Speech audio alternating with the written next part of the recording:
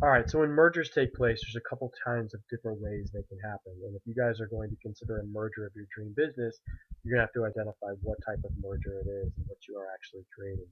There's a horizontal merger, okay? Horizontal, going this way. A combination of companies producing similar goods or offering similar services. So if McDonald's were to buy Burger King, if they were to merge together, they both are essentially producing the same thing. They're producing fast food for purchase. The other way merger can take place, I mean, this is the one way. McDonald's wants to expand. It can build more of its own restaurants or can buy a competitor. Another way for businesses to expand is to do what's called a vertical merger, up and down. This is a combination of two companies producing a different good or service for one specific product. So McDonald's could look to buy Burger King as a way to um, increase its market share, or it could look to buy one of its suppliers, a beef producer. McDonald's needs large amounts of ground beef to make its hamburgers.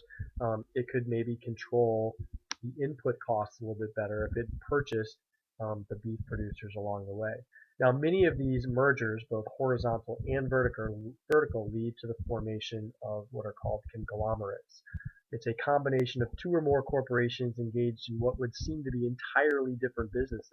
McDonald's and Burger King, that merger makes sense. They are both involved in fast food. McDonald's and the beef producer, both involved in food. But conglomerates are when companies come together with maybe with products that don't really seem to have anything in common.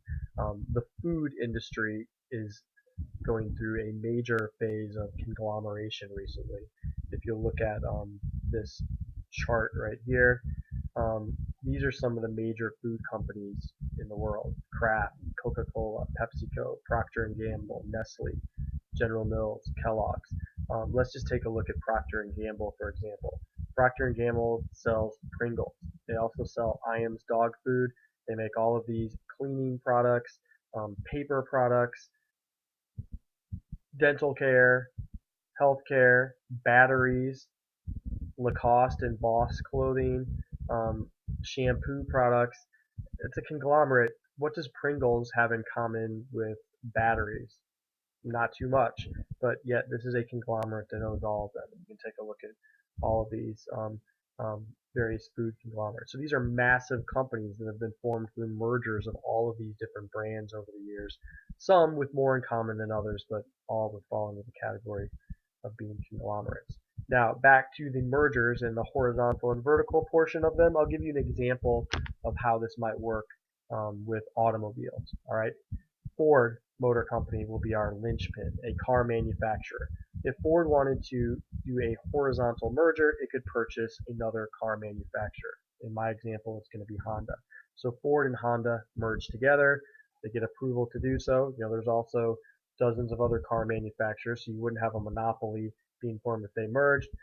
They could then, save money by merging. They have lower their fixed costs in some ways. But that's only one way to think about merging with people that do the exact same thing that you're doing. Another way you can do it is horizontally. In a backwards horizontal merger, Ford might look to purchase one of its suppliers. Well, one thing Ford needs a lot of is tires. Ford doesn't make its tires, it goes and purchases them from Goodyear, Michelin, Bridgestone, Continental Tire. So Ford could say, you know what, rather than having Goodyear charge us more than we think we should pay for tires, we will purchase Goodyear. All right, so Ford now merges with Goodyear. They're now controlling the flow of that input that they need to make their finished product, the cars. They could take it even further. Goodyear has to purchase inputs for its tires. They need rubber. Ford could purchase the material producer, buy a rubber farm somewhere with the rubber trees, and then they've really made a vertical integration, and they're controlling the supply of rubber to their rubber company, to their tire manufacturer, and all the way to the automobile manufacturer. So those would be vertical mergers. That's moving up the supply chain away from the consumer, so up the supply chain away from the end buyer. They could choose to go in another direction. They could do another vertical merger, but this way move closer to the point of sale. They could purchase a car dealership. They could purchase Mooresville Ford, Huntersville Ford, um, hundreds of, thousands of car Ford dealerships across the country. and then they're controlling the sales of their cars. Ford is making pickup trucks at probably $15,000.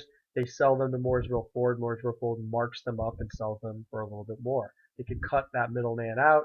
They own this company. Now they're getting all of the profit on the sales of their items together. They want to take it a step further. They could purchase garage owners. I use Jiffy Lube as an example. Once the cars are sold by Mooresville Ford, they need to be serviced. Some of that is done at the dealership, and some of it is done at these oil change places that are all across the country, as well as other types of garages. We're doing more specific work than just a oil change. So Ford could sell the cars and then own the companies that service the cars, and that would provide more income and more profit for a business like that. And that gets them closer to the owner, the car buyer themselves, which of course corporations cannot yet purchase the car buyer, but they may find a way to do that in the future. All right, that's it for this video. I apologize for the length of it. Lots of information. Tomorrow in class, dream businesses. What type of business do you want to be? And mergers. Will you be merging horizontally with a company that makes the same type of thing as you? Vertically with a company that's maybe supplying something that you need or providing a service that can service the product that you're making. Alright, so in our discussion of mergers and focusing on competition, we're thinking about businesses. But the other end of the spectrum, the people that make businesses go, is the labor, and workers are constantly in tension against their employers. They want to be paid more, they want better working conditions, they want to work fewer hours or the hours that they want to work. And one way that workers can match the strength of the corporation is by forming unions. A labor union is an association of wage earners, can be salary earners as well, but wage earners for the purpose of improving the conditions of their work environment.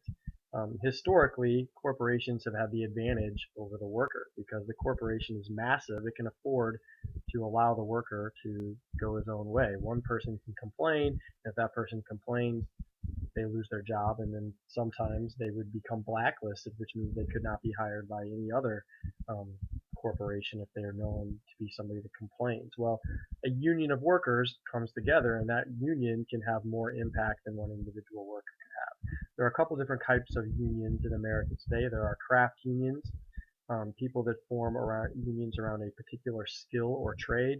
The International Brotherhood of Electrical Workers, an organization of electrical workers in all sorts of different industries. They have a craft. It's electricians essentially. And then there are trade unions, which an example of that would be the United Auto Workers.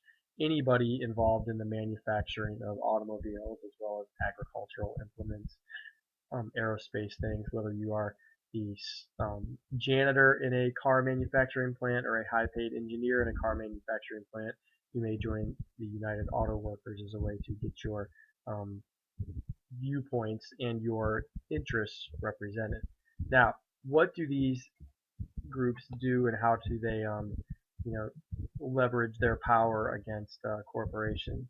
One way is through collective bargaining. Labor unions represent workers in collective bargaining. If you join a labor union, you're going to pay dues, fees to that union. That union will then represent you when it comes time for you to get a new contract. And that is called collective bargaining because people are joining together to bargain for better pay, better conditions, whatever the case might be. Rather than each worker facing the bosses alone, the union speaks for all workers together. Think of our butterfly manufacturing day. If one person said that they weren't going to do it, that would be fine. They could easily be replaced. But if everybody said they weren't going to do it, or if everybody said they wanted better pay, or they weren't going to continue to work for that particular plant, the business would have to take it more seriously because they can't replace everybody and train them all at once.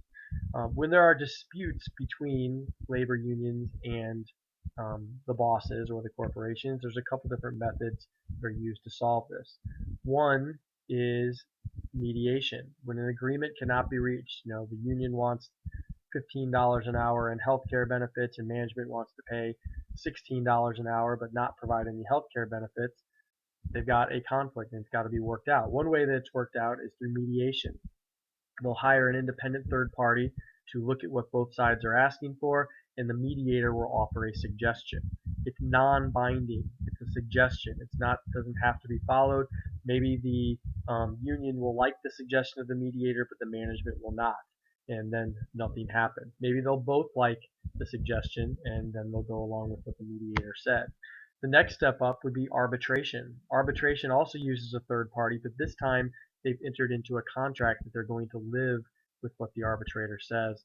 And in that case, the decision is then binding. If the arbitrator says that it's going to be $14 an hour with healthcare, the management has to go along with that, as does the union, even though neither side got exactly what they wanted. Another tactic that unions use are strikes. And this is when you walk off the job and refuse to work until your demands are met. This is really the power that a union has. It's got all of its workers together, and they can order them or essentially tell them not to go to work. That stops manufacturing. It stops the service being provided. It stops the business being able to generate revenue and ultimately make a profit. So strikes, holding back the labor, holding back that factor of production, are one of the most powerful tactics that a union has. Now, workers also and businesses also have a tactic they can use, and that's a lockout. Negotiation manufacturer tactic for them is to shut the plant down. If they think the workers are threatening to strike or they're asking for more than they want, the business shuts its plant down. The workers are going to lose their source of income during this period of time, and it's sourcely, strikes and lockouts kind of become a game of chicken. Who can hold out the longest? If the manufacturer has planned for the strike or the lockout, they've built up their reserves, they say we can last 3 months without producing anything else, and we can still be profitable for the year. The workers may not be able to last 3 months. They may cave in and come back to work before or for less pay than they were, or less worse working conditions than they were asking for. So unions are very controversial. If you own a business, if you're on the business side of things, you don't like unions. If you're a laborer, corporations are the ones that are holding the power over you, and you see the union as beneficial to yourself. So think about how these things could affect your business. What would happen if your workers unionized together? Would you still be able to pay them minimum wage? Could you easily replace your workers in the business that you're operating? It's one thing to consider, especially as businesses grow. How are your relations with your labor force going to be? How are you going to keep them happy? Because ultimately, the production of your good or service is going to depend upon a committed labor force. That factor of production, unlike capital, unlike the land and natural resources, the labor are human beings. They have emotions. They have particular needs. That's probably the hardest part of operating a business, dealing with the labor force.